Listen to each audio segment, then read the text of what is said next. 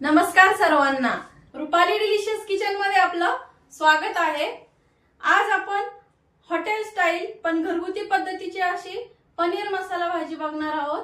तर चला मग साहित्याकडे वळूया। 200 ग्रॅम पनीर घेतलंय, 3 मीडियम साइजचे कांदे, 3 एकदम लाल टोमॅटो घ्यायचे आपल्याला, ग्रेव्हीला एकदम छान कलर येतो। 3 टोमॅटो घेतले, 3 मिरच्या घेतल्या आहे, अर्धा इंच आलं, 15 ते 20 पाकळ्या लसणाच्या आणि थोडेसे खडे मसाले घेतले, 3 तेजपान घेतले, 2 चक्री फूल आणि दालचिनीचे 2 तुकडे, फोडणीसाठी मोहरी, जिरं, धना पावडर, हा आमचा घरगुती लाल मसाला, हळद, चवीपुरतं मीठ, तुपाऐवजी तुम्ही बटरही वापरू शकता। आपली जेव्हा भाजीला उकळी येते तेव्हा बटर किंवा तूप टाकायचं, त्यामुळे ग्रेव्ही एकदम स्मूथ तयार होते। आणि इथं मी दुधावरची साय घेतली आहे, घरातल्याच दुधावरची, तुम्ही इथं फ्रेश क्रीम वापरू शकता, दुकानामध्ये अवेलेबल असतं फ्रेश क्रीम। तर चला मग आता मी कांदे कट करून घेते। कांदा आणि टोमॅटो मी इथं कट करून घेतले, कढई पण गरम करायला ठेवली आहे। कढईमध्ये थोडंसं तेल टाकून घेणार आहे, इथं 1 पळी तेल टाकून घेते मी। तेल गरम झालं की कांदा टाकून घ्यायचा। कांदा आपल्याला थोडासा तांबूस रंगावरती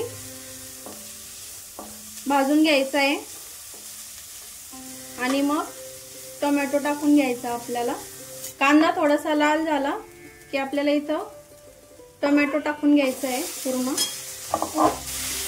आणि आलं, लसूण आणि हिरवी मिरची आणि 7 ते 8 काजू आत्ताच आपल्याला सगळं टाकून घ्यायचं आहे। आणि चवीपुरतं जे मीठ घेतलंय त्यातलं मी 1/4 हिस्सा इथं टाकून घेणार आहे, त्यामुळे कांदा आणि टोमॅटो लवकर मऊ पडतो आणि पटकन ही असं सुक्का होतो, त्यामुळे आधी अर्धा मीठ टाकून घ्यायचं। आधी आपल्याला हे झाकून ठेवायचं आहे, कमी गॅस करून छान परतून घ्यायचं आहे। एकदम गॅस कमी करून झाकण ठेवायचं आहे, कांदा आणि टोमॅटो छान मऊ होईपर्यंत। इथं मी पनीर कट करून घेतलंय आणि ते शॅलो फ्राय करायचं आहे। आणि एक गोष्ट सांगायला विसरले, मी हा सुहानाचा पनीर टिक्का मसाला घेतलेला आहे, याने खूप छान भाजी होते। तुम्ही पनीरच्या कुठल्याही भाजीला वापरू शकता, छान होती याने भाजी। आता पनीर आपण शॅलो फ्राय करून घेऊया, खूप जास्त तळून नाही घ्यायचंय।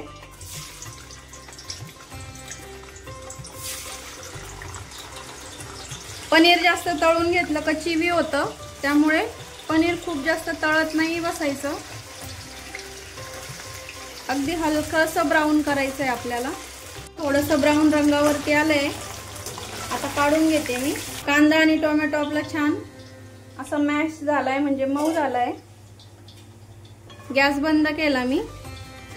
आता मी कांदा आणि टोमॅटो हे थंड करते आणि याची ग्रेव्ही तयार करून घेते मिक्सरला। वाटण इथं वाटून घेतलंय मी, बघू शकता किती छान रंग आलाय, एकदम लाल बुंद टोमॅटो घेतल्यामुळं। आता आपण फोडणी देऊया। फोडणीमध्ये मी अर्धा चमचा मोहरी घालून घेतली, अर्धा चमचा जिरं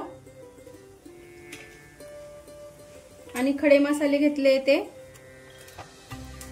दालचिनी आणि चक्री फूल आधी टाकायचं आणि त्यानंतर मग आपल्याला इथं तेजपान घालून घ्यायचे।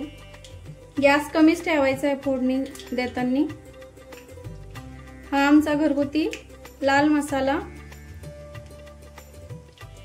मी 2 चमचे टाकून घेते इथं, तुम्ही कमी अधिक करू शकता इथं मसाला तुमच्या तिखटानुसार। अर्धा चमचा धना पावडर,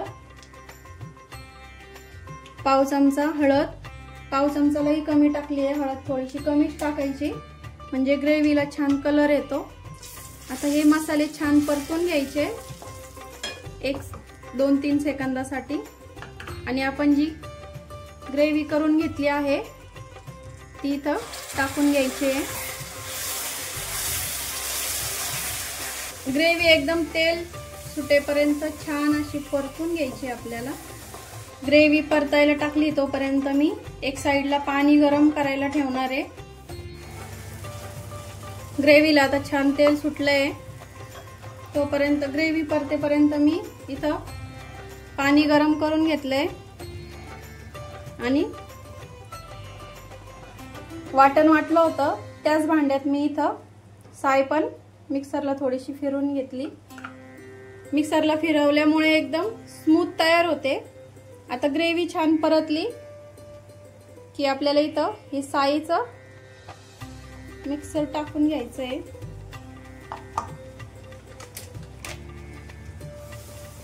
मिक्स करते, पटकन मिक्स करायचंय। टोमॅटोमुळं साई फुटू शकते, दूध जसं फुटतं आपलं आंबटपणामुळे तसं। आणि इथं सुहाना मसाला जो घेतला आहे पनीर टिक्का मसाला,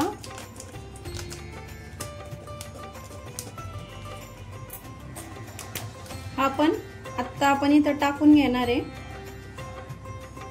पूर्ण पॅकेट वापरते मी।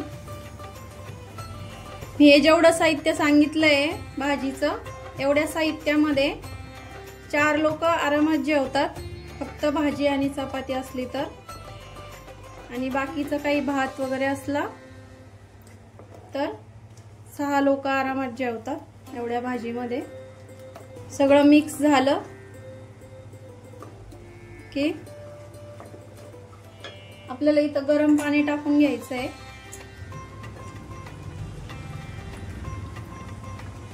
तुम्हाला किती घट्ट आणि किती पातळ हवी आहे त्यानुसार तुम्ही गरम पाणी टाका। आता हे छान मिक्स करायची भाजी। ग्रेव्ही आता एकदम छान अशी एकजीव करून घेतली आहे सगळं पाणी वगैरे। आता इथं थोडीशी कोथिंबीर, चवीपुरतं मीठ घेतलेलं ते टाकायचं आहे।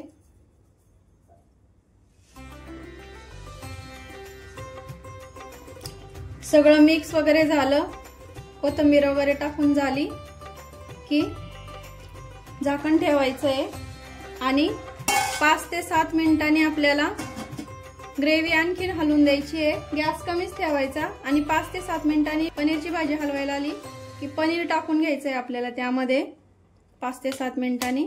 आणि पनीर टाकून झाल्यावर पुन्हा 5 ते 7 मिनिटं आपल्याला शिजवून घ्यायची आहे। 5 ते 7 मिनिटं झाले, भाजी बघूया। आता पनीर टाकून घेणार आहे इथं, आणखीन थोडीशी कोथिंबीर आणि तूप घेतलंय ते टाकणार आहे। तुम्ही जर इथं बटर वगैरे टाकलं तर मीठ थोडंसं कमी टाका, कारण बटर ऑलरेडी थोडंसं खारट असतं म्हणून। बटर ऐवजी तूपही टाकलं तरी छान होते भाजी। बघू शकता टेक्स्चर किती छान आलंय ग्रेव्हीचं, एकदम स्मूथ, एकदम असं हॉटेल सारखं आलंय। किती सुंदर दिसते भाजी, बघू शकता। आता मी अशीच अजून 7 मिनिटं अशीच आता झाकण न ठेवता आपल्याला शिजवून घ्यायची आहे। पनीर टाकल्याच्या नंतर 5 ते 7 मिनिटं मी छान शिजवून घेतली आहे। बघू शकता किती छान रंग आलाय आणि सुगंध तर एवढा छान येतोय भाजीचा। सर्व करून घेते मी आता।